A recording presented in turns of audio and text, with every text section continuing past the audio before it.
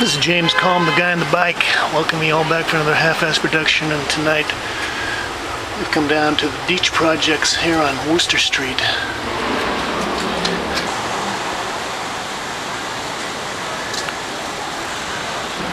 We are sneaking a peek here at the installation of the Chris Johansen show. Now, this isn't going to open up for another couple of days, but I thought this was kind of interesting. We'll take a little peek at what they're building here. So this is James Kalm. I'm back down here at the Deitch Projects at the opening of Chris Johansen's Totalities. Let's check it out.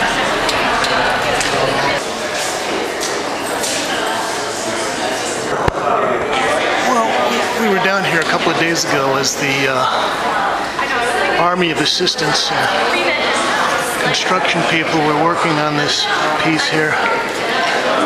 It'll be interesting to see what they've done with all this recycled wood.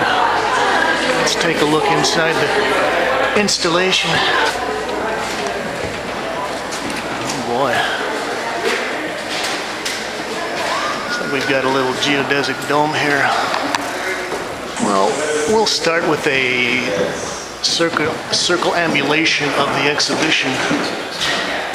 See what's going on out here at the edges. Now, I actually discovered Chris's work about 4 or 5 years ago at the Armory show. He had a couple of works on paper at a little California gallery, and I was very intrigued with the, I guess what I would say, the kind of naive urgency,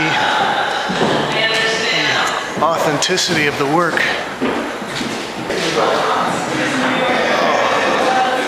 That looks dangerous. What he's got down here cranking the sun. Ooh, you can get crushed between the giant crystal in these paintings.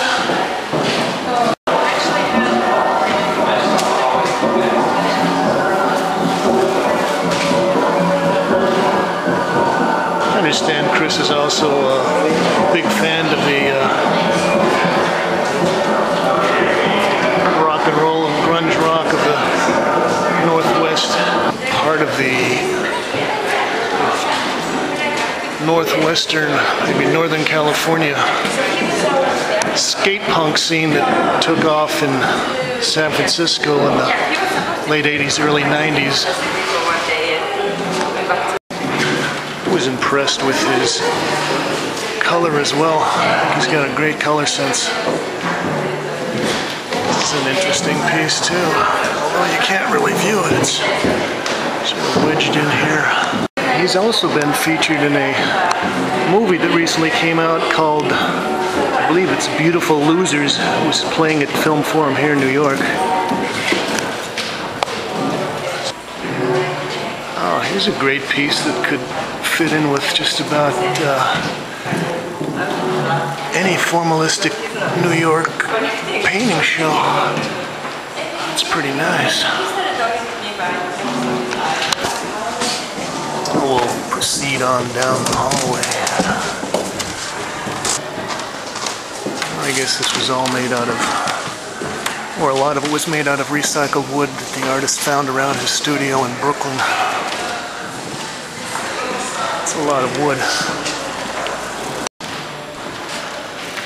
This is another interesting piece that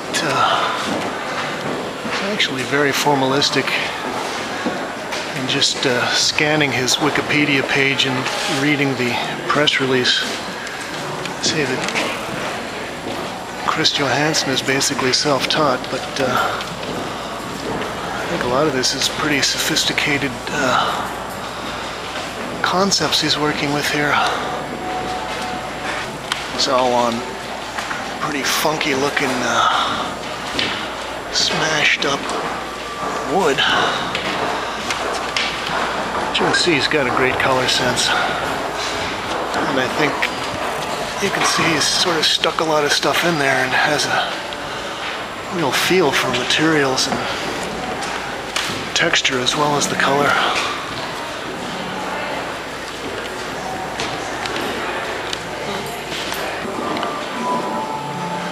These are probably the two major pieces here on the show. Looks like a happy viewer. Oh, geez, we've even got some recycled carpet here. A nice piece.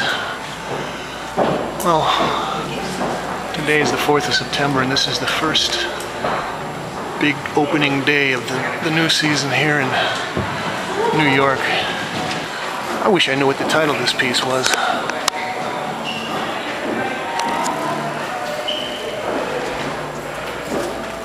I got a tube of paint stuck in there. A lot of this looks like enamel, maybe acrylic, some oil. Oh, boogers.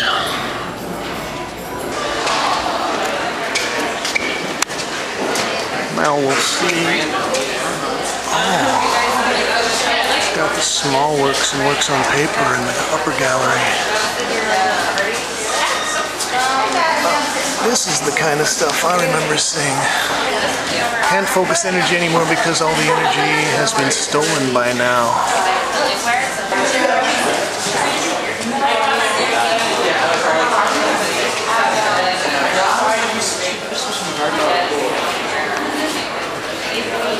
This is a nice meaty little piece.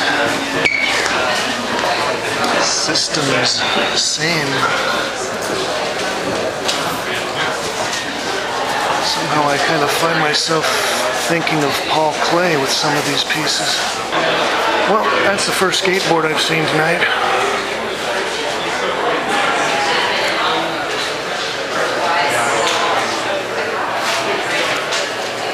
This is a nice piece, and he's got it titled, "When Is It the Right Time?" Well, we finally caught up with Chris Johansen here. Congratulations on your show here. I was down here a couple days ago. I saw the crews in there working for you, and it's quite an installation. Now, you are from Northern California. You were sort of part of the, I guess, as I've read at your Wikipedia site, the skate punk street art scene, and then you moved up to, was it Portland? Yeah, that's right. But now you're here in Brooklyn, right? Well, I live in the city here, but my studio's in Brooklyn. Here's my question. What do you think of, say, the West Coast street artists as opposed to, say, the New York old school graffiti writers? Do you see relationships there? Oh, well, yeah, I think all art that comes before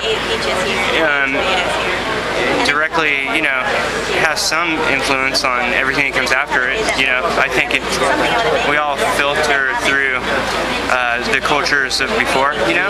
But I'm sure, yeah, I think like all the graffiti stuff from New York influenced all the people in LA. I mean, in San Francisco and all that. Right. Except, you know, I think like on the West Coast, I think all the Cholo graffiti kind of influenced the graffiti scene just as much as all the big bubble letters and all that stuff. Right. I think, but I don't really. I was never really graffiti. Yeah, you're less of a spray can, more of a brush and liquid paint on a surface kind of a painter. Yeah, definitely. But I do think that the Cholo stuff influenced me because I used to write Cholo lettering all the time when I was a kid. Okay. Yeah, definitely. But I think punk rock influenced me more than. I don't really think graffiti is not really a big influence on me, but I think punk definitely and skateboarding totally influenced me to where I'm at right now. Well, I was skateboarding probably before your board. I had a beautiful Hobie board when I was a kid. I loved it. Oh yeah, I remember that stuff. My first skateboard was a Santa Cruz. Your granddad rode a Hobie. Okay, thank you, Chris, and congratulations. The show looks great. Take care, man. All right, thanks. This is James Kalm reporting on Chris Johansen's Totality at the Deitch Project. Thanks, Kate.